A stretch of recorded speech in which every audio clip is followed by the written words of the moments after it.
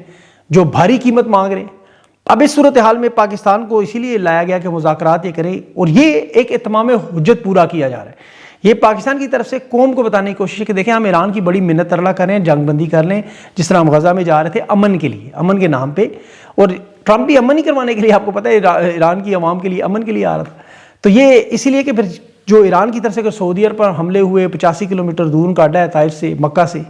تو وہاں پھر خادمین حرمین شریفین ہیں ہم لوگ، ہمیں جانا پڑے گا، اور اس کے لیے بھی پھر ظاہر ہے جو شیعہ علماء یا کچھ بولے تو ان کے لیے ہم 4th شیڈول کی جو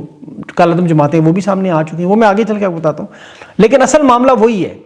کہ یہ ذہن میں رکھیں کہ امریکی سفارت خانے کے باہر احتجاج میں 50 لوگ مارنے والے یہی تھے. تو یہ مذاکرات جو کر رہے ہیں، سنیں یہ جو کچھ کیا جا رہا ہے معاف کیجیے، یہ صرف سعودی عرب امارات کے لیے، کیونکہ انہیں وہاں پہ اس وقت ظاہر ہے کرائے کے لوگ چاہیے،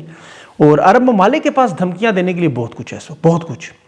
55% ترسیلات پاکستان کی جو $20 ارب سالانہ ہے، اس ایک مہینے شاید وہ روکیں تو پھر زر مبادلہ بھی ختم ہو اور پھر معاشی بحران بھی بڑھے. 80% تیل ادھار ہے، آپ کو پتہ ہے ابنائے حرمت سے، ذرائع نقل و حمل کو بھی یہ مفلوج کر کے دکھائیں. سعودی عرب امارات کے آپ کو پتہ ہے کچھ اربوں ڈالر قرضے ڈپازٹ بھی پڑے ہوئے، یہ نکالنے سے بھی دیوالیہ کر سکتے ہیں. پھر پاکستان کی جو برآمدات ہیں چاول، ٹیکسٹائل وغیرہ، یہ بھی عرب امارات سعودی عرب میں خریدتے ہیں،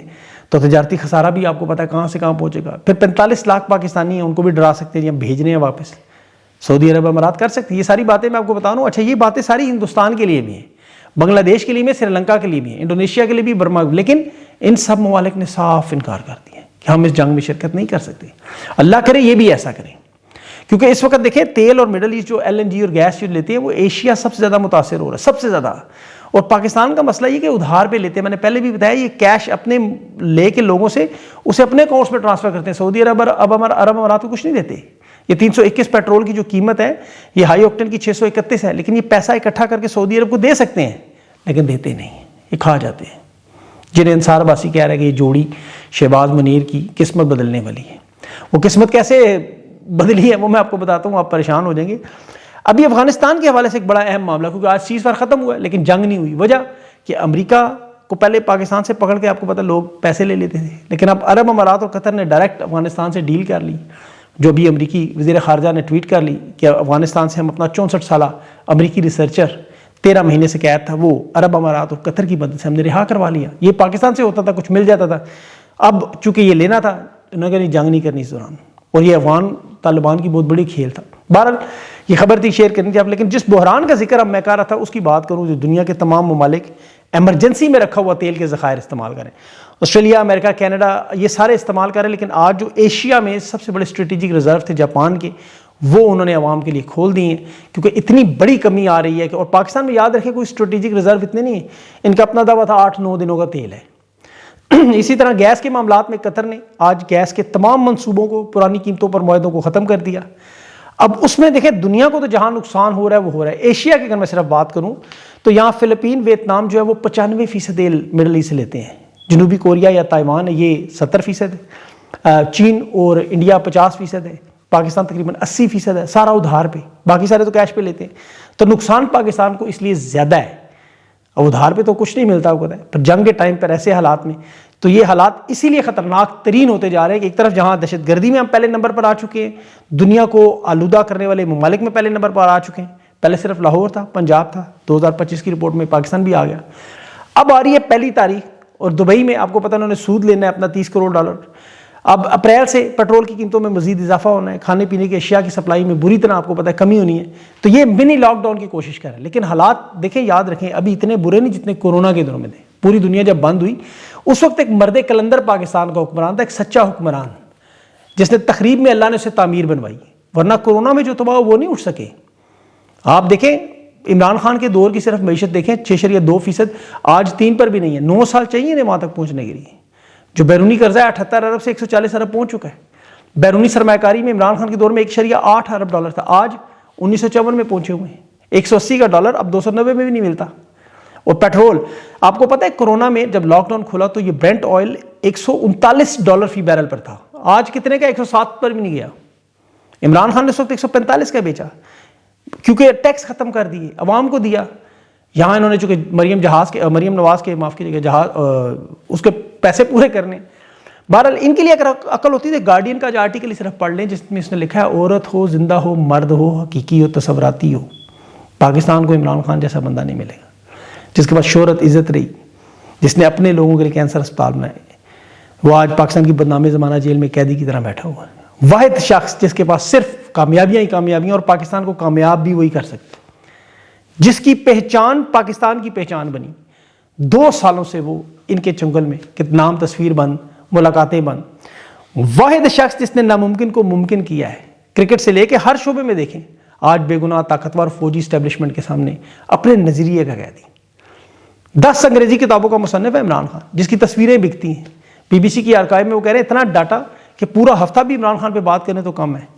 کرکٹ میگزین میں لوگوں کو یہ نہیں پتا ہوگا عمران خان چیف ایڈیٹر بھی رہے ہیں، شوبز کی دنیا میں بھارت، امریکہ، اٹلی تک برانڈ کے جو اشتہارات ہیں اس میں کام کرتا ہے، ایسا پاکستانی، لیکن اب وہ لوگوں کے خیالات میں، جذبات میں، محبت میں، کہ نفرت میں، دعاؤں میں، خواہشات میں، ہر جگہ موجود ہے،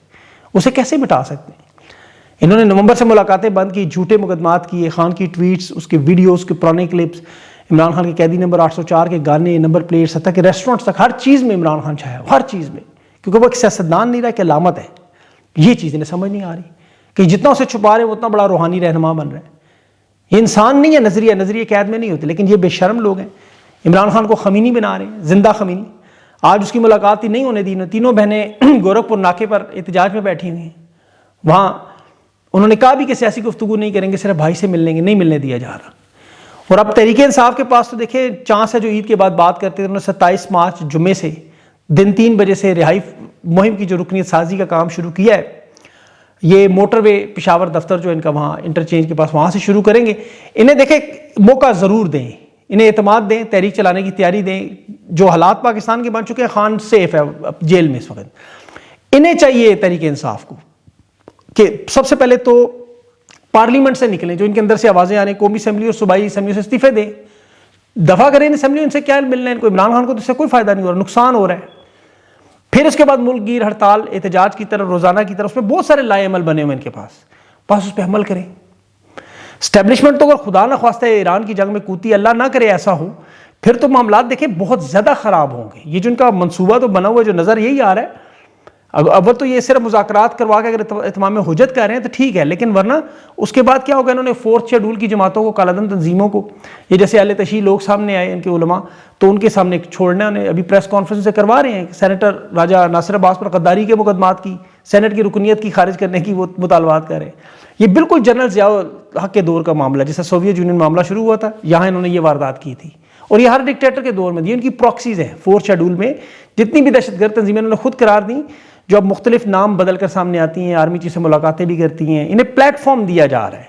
یہ آگ لگانے کی وہ کوشش ہے۔ اللہ کرے ان کو یہ اس طرف نہ جائیں جو جنرل ضیاء الحق نے اس وقت واردات کی تھی، اور پاکستان کو بچائیں، کیونکہ یہ جو بحران میں نے آپ کو اتنے سارے بتایا، معاشی بحران ہے، سیاسی عدم استحکام ہے، پھر اوپر سے یہ جو جنگ ہے، یہ سارے معاملات پاکستان میں الجھ جائیں گے اور بڑی بری طرح الجھیں گے۔ ایران تو ہو سکتا ہے نکل جائے ان معاملات سے، وہ تو اپر ہینڈ ہے، لیکن ہم نہیں نکل سکیں گے۔ ہمارے پاس تو نہ تیل ہے، نہ گیس ہے، نہ کچھ ہے۔ ہمیں تو آپ کو پتہ ہی 1 مہینے کی فارن ریمیٹنس رک گئی سعودی عرب امارات سے، تو انہوں نے لیٹ جانا ہے، اور وہ رک جائیں گی، وہ یاد رکھیں رک جائیں گی، ایران نہیں ماننے گا، یہ بات ذہن میں رکھیں، انہوں نے کہا ہوا ہے۔ اب انہیں چاہیے امریکہ کو منائیں، ان کی منتیں کریں، یہ تو اس میں مشہور ہیں، اس کی منتیں کریں، ترلے کریں ٹرمپ کی، ٹرمپ سرنڈر کر کے سب کچھ لکھ کے دے، پھر جان چھوٹے گی، اور کوئی حل نہیں ہے۔ اللہ پاکستان پر اپنا رحم و کرم کرے، امت مسلمہ پر بھی، اور جہاں جہاں انسانیت ہے وہاں پہ۔ اگلی ویلاگ تک کے لیے مجھے اجازت دیں، اللہ حافظ۔